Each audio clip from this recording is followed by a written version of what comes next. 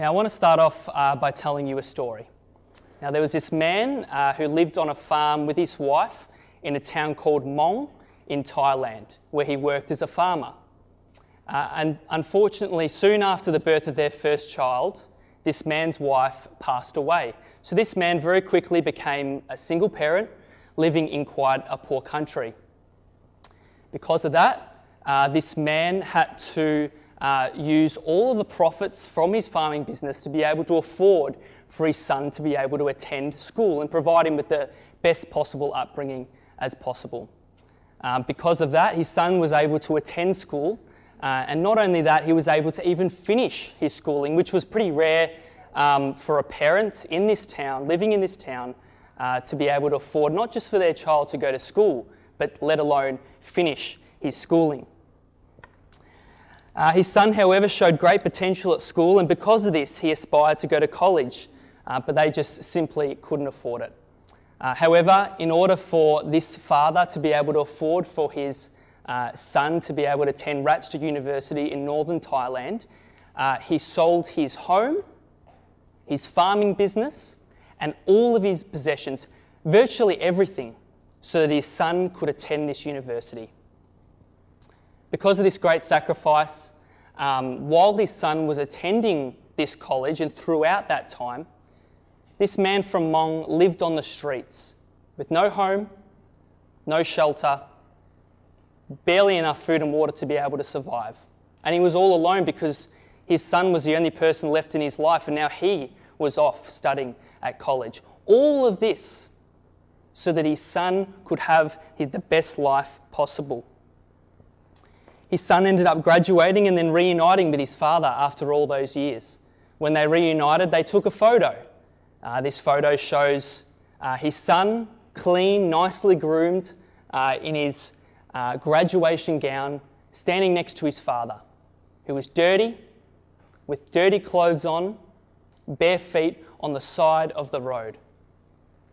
A third party got a hold of this photo and posted it on Facebook. It got over 100,000 likes on Facebook. People in awe of this love that this man showed towards his son, that he was willing to sacrifice that much.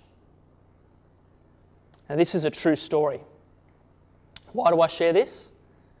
Well, this man from Mong chose a path of suffering for love. And what we'll see today in today's passage is that another man, Jesus, chose a path of suffering for love also. Now, at this stage, going into verses 12 to 13, Jesus has just finished up with his baptism by John the Baptist in verses 9 to 11, where we've just seen that God has given Jesus' identity as the Messiah, the Son of God, the big tick of approval, with this audible voice from heaven saying that you are my Son, whom I love. With you I am well pleased.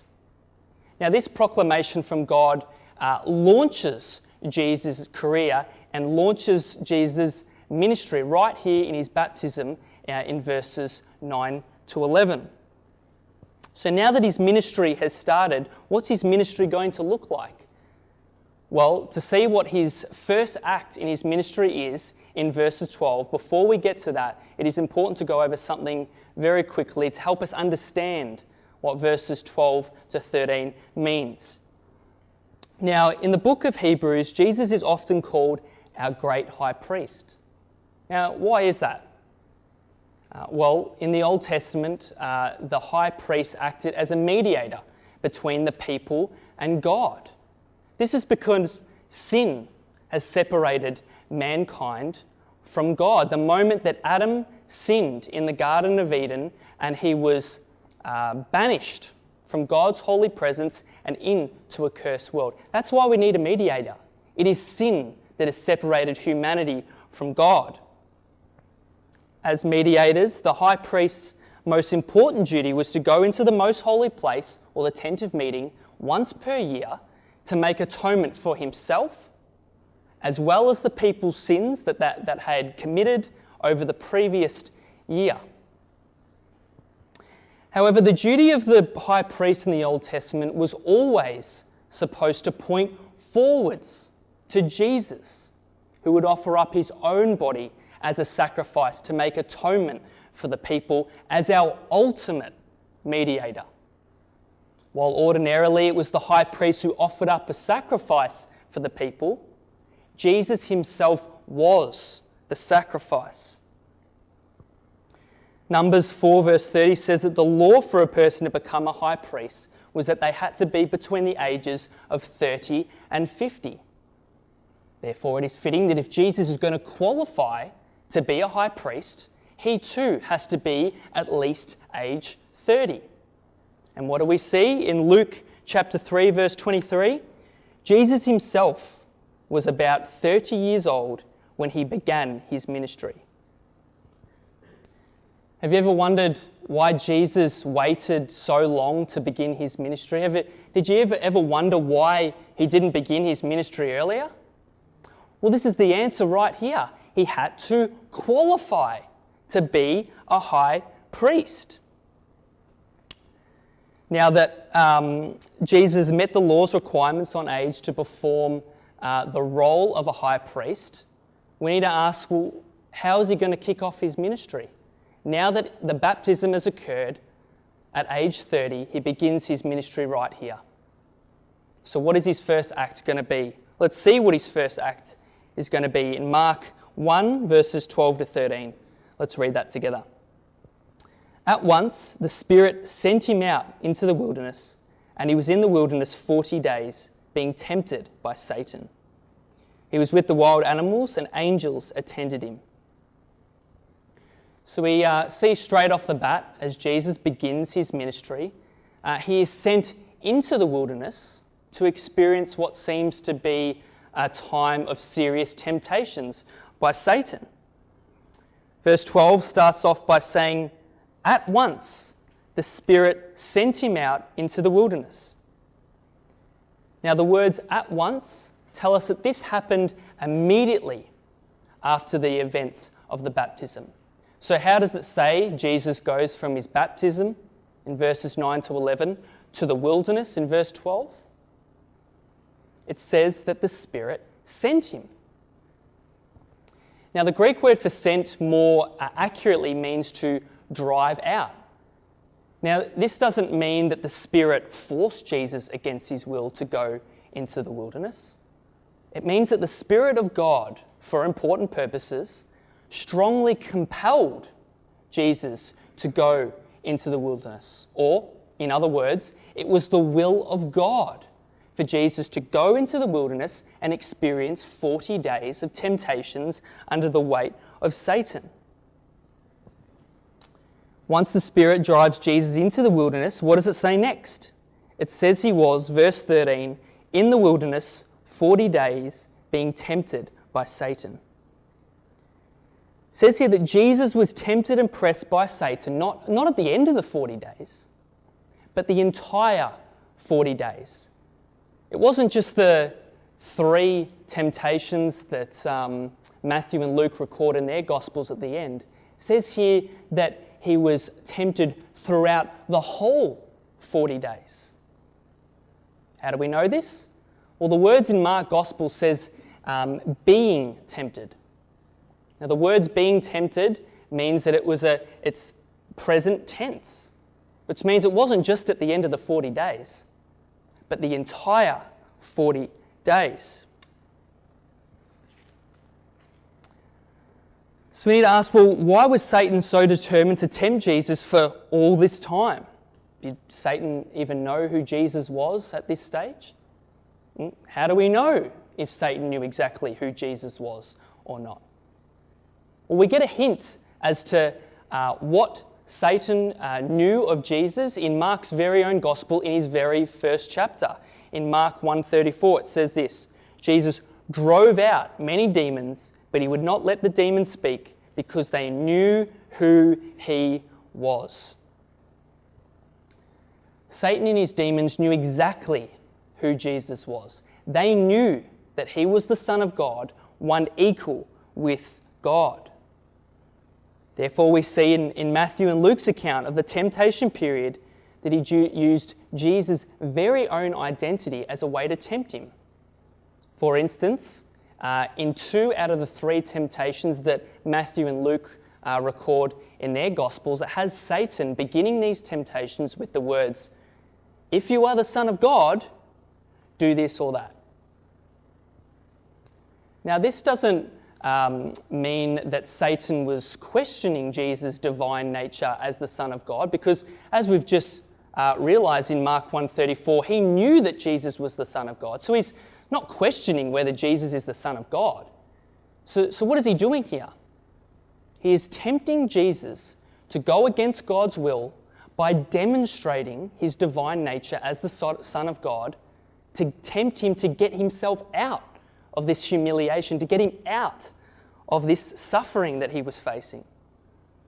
So basically, Satan's temptations were saying, Jesus, you're the Son of God. You are divine. How dare God get you to throw you into the wilderness like this and be tempted and be humiliated like this? You're supposed to be a king. How dare God treat you like this?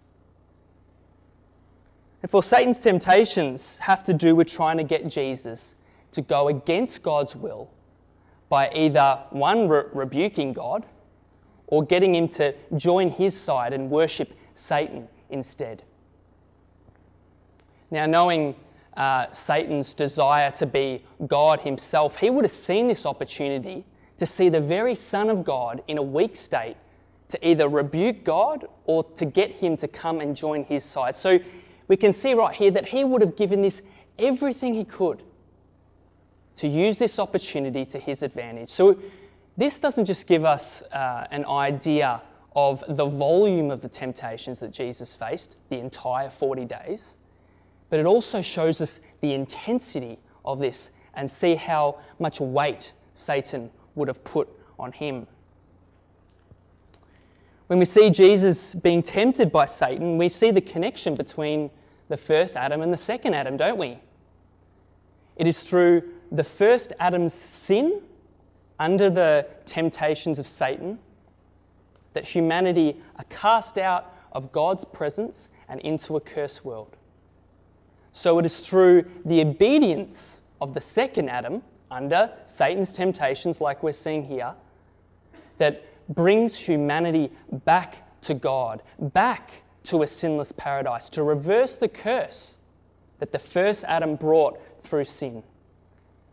So we're getting a foretaste as to what Jesus' ministry as our great high priest is going to look like. He has come to atone for sins, to bring us back to God and reverse the curse.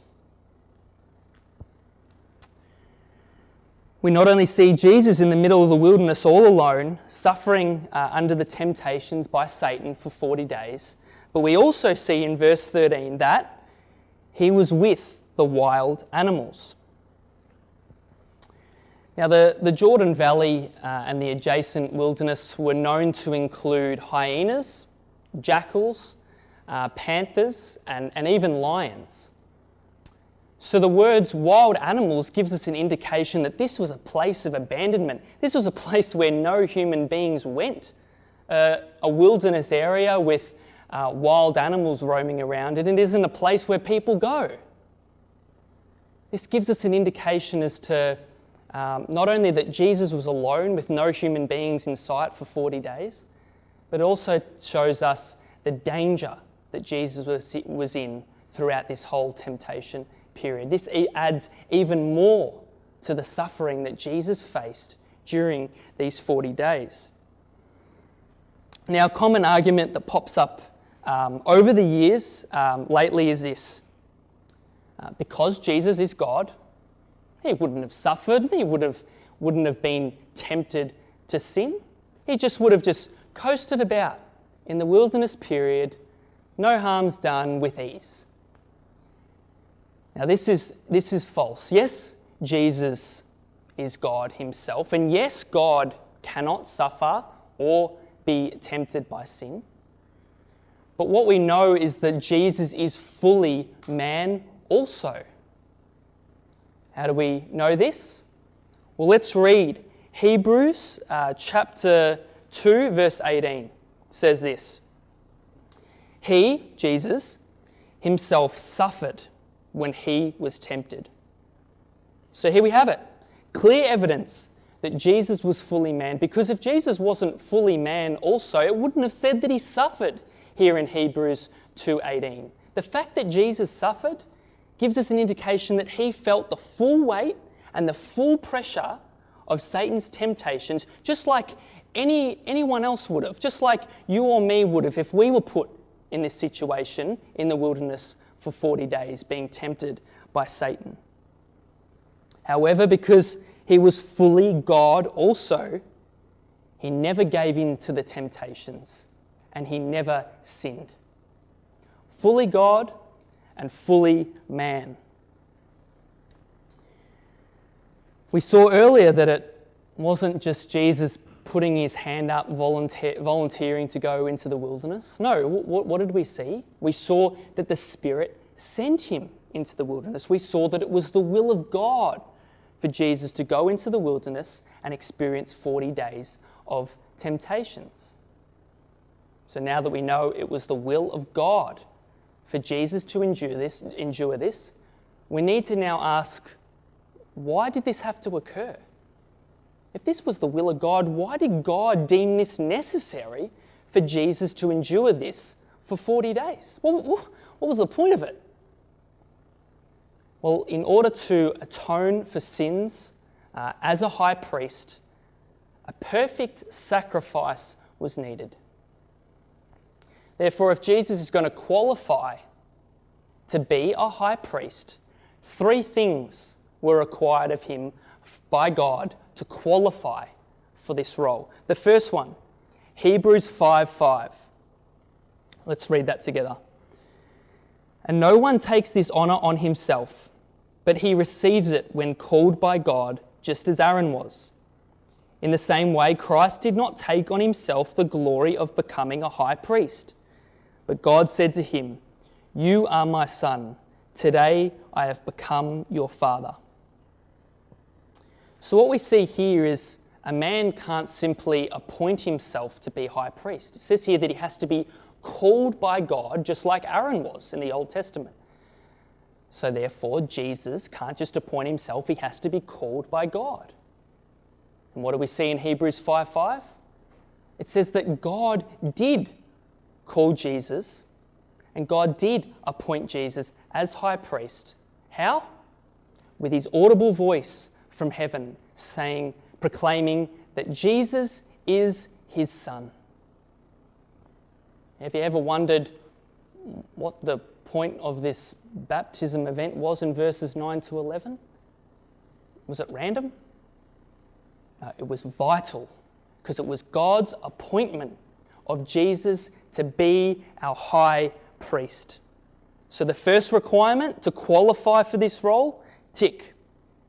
The second requirement to qualify to be high priest is this.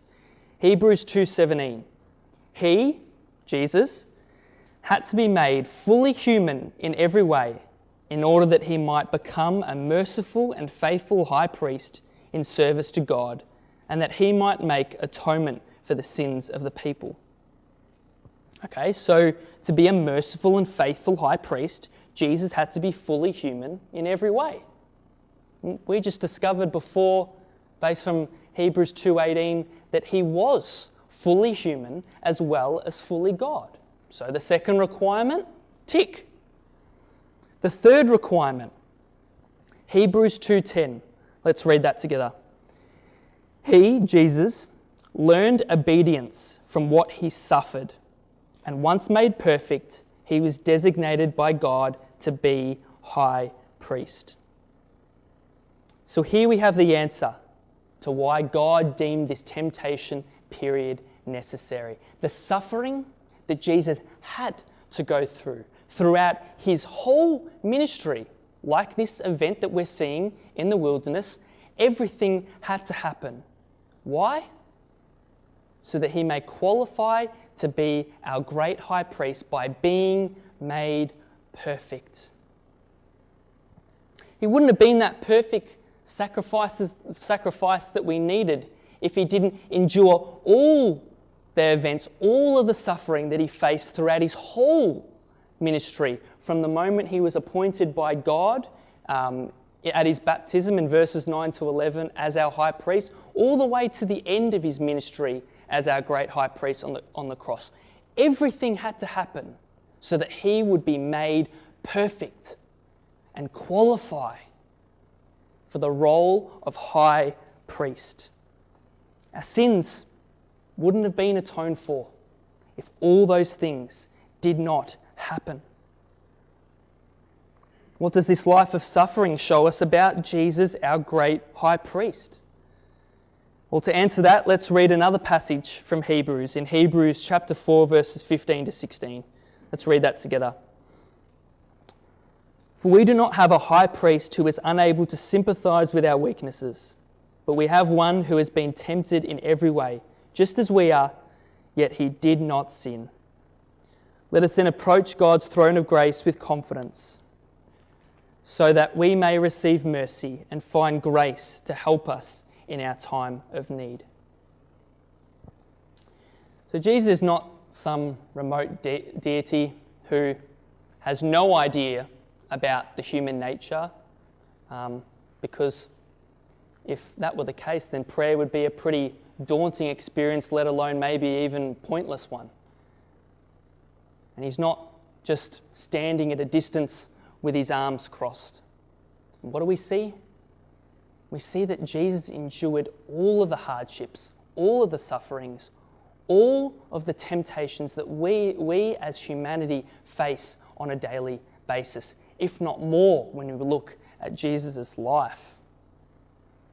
How often, when going through a tough time, do we long to talk through it with someone? And how frustrated do we get when either a close friend or a close family member either fail to be able to relate to the suffering and the temptation that we're facing because they simply haven't experienced it themselves, or they just fail to truly show sympathy towards us in the situation. And tough times, as we know, we can't go through them alone. We need someone. And what do we see here?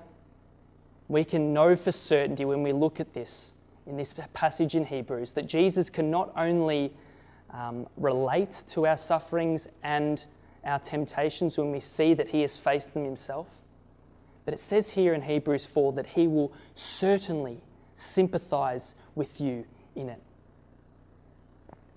Now, the Greek word for sympathy means, more accurately, means to feel for you or to have compassion on you.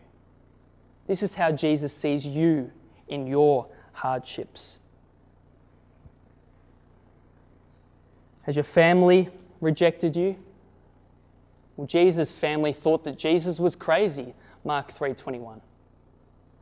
Do you have little friends, or you have had friends who have abandoned you or rejected you over the years? Well, Jesus' best friends abandoned him and rejected him because he wasn't the Messiah that they thought he would be. Mark 14:27. Are you lonely? Well, Jesus experienced loneliness when his friends and his family, before his ministry started, rejected him as the Messiah. Mark 6:4. Are you experiencing pain in your body? Well, Jesus experienced severe pain in his body. Mark 15:15. Are you struggling under the weight of temptations at the moment? Well, we'll see here in this passage is a perfect example as to the sufferings that Jesus went through under the weight of temptations that he faced. Are you being persecuted for your faith? Well, Jesus was severely persecuted for righteousness' sake. Have you been bullied in the past? Well, Jesus was publicly shamed. Mark 14:65. And finally, the worst of all, Jesus endured complete abandonment from God so that none of us have to. Mark 15:34. Isaiah 53 says that Jesus was a man of suffering and familiar with pain. A man of suffering indeed. This was the life that Jesus had to live if he was going to qualify to be our great high priest and be the perfect sacrifices that we needed. When we look at the experiences that Jesus faced in his life, we can know for certainty that he can certainly relate to our sufferings and our temptations. But we need to ask, why does it say also that he sympathizes with you? Why does he care about our issues? Well, to answer that, let's come back to the story about the man from Mong who chose a life of suffering out of love for his son. Now, this father, before his sacrifice so that his son may live a good life, went from here, a relatively poor man still in the eyes of the world, to extreme poverty with no home, no shelter, and barely enough food and water. Also, his son could have a good life and provide him with the best possible upbringing as he could. And yet, Jesus, before his sacrifice, went from here, perfect glory, perfect relationship with the Trinity, perfect happiness, perfection, to not just an ordinary human being, but a man of suffering and familiar with pain. How much greater is this gap of sacrifice than the gap of the sacrifice that this man from Mong made for his son? And we often measure the extent of love by looking at the extent of the sacrifice. Therefore, we would call this gap between of sacrifice that this man from Mong made, and we would see that and we would call it indescribable love. And it is. He gave up literally everything in his whole life so that his son could have the best possible life as he could. And how much greater then is Jesus' love for us when you see this larger gap of sacrifice. This man from Mong, this photo of him and his son got over 100,000 likes on Facebook because people were in awe of the love that this man showed towards his son, that he was willing to sacrifice that much. How much more awe then should we have of Jesus' love for us and the extent of his love for us when we see this much larger gap of sacrifice? So now coming back to the question, why does Jesus care about our issues? Well, why does it say that he sympathizes with you when you're struggling? And the answer is because of his great love for us. How do we know he loves us that much? Take a look at the sacrifice. Great love equals great sacrifice. Why would he not care about our sufferings and temptations if he loves us that much? Therefore, next time we're experiencing a tough time, how about instead of going to a close friend or a close family member, how about for comfort and support, how about we go to Jesus for comfort and support, knowing with great confidence when we look at the very Word of God that he will not only be able to relate to our sufferings and our temptations, but he'll certainly sympathize with you in them because of his great love for us. What else do we see in Hebrews 4? He will also give you the grace that you need to help you in your time of need. How great is our high priest? Now, all of human history was planned out from God before the world was even began. So Jesus would have known what was required of him in order to qualify to be a high priest to make atonement for our sins. Therefore, he would have seen everything that he had to do throughout his whole ministry from his baptism to the cross. He would have seen the sacrifice that he had to make to qualify for this role. He would have seen it all, and in his eyes, it was well and truly worth it.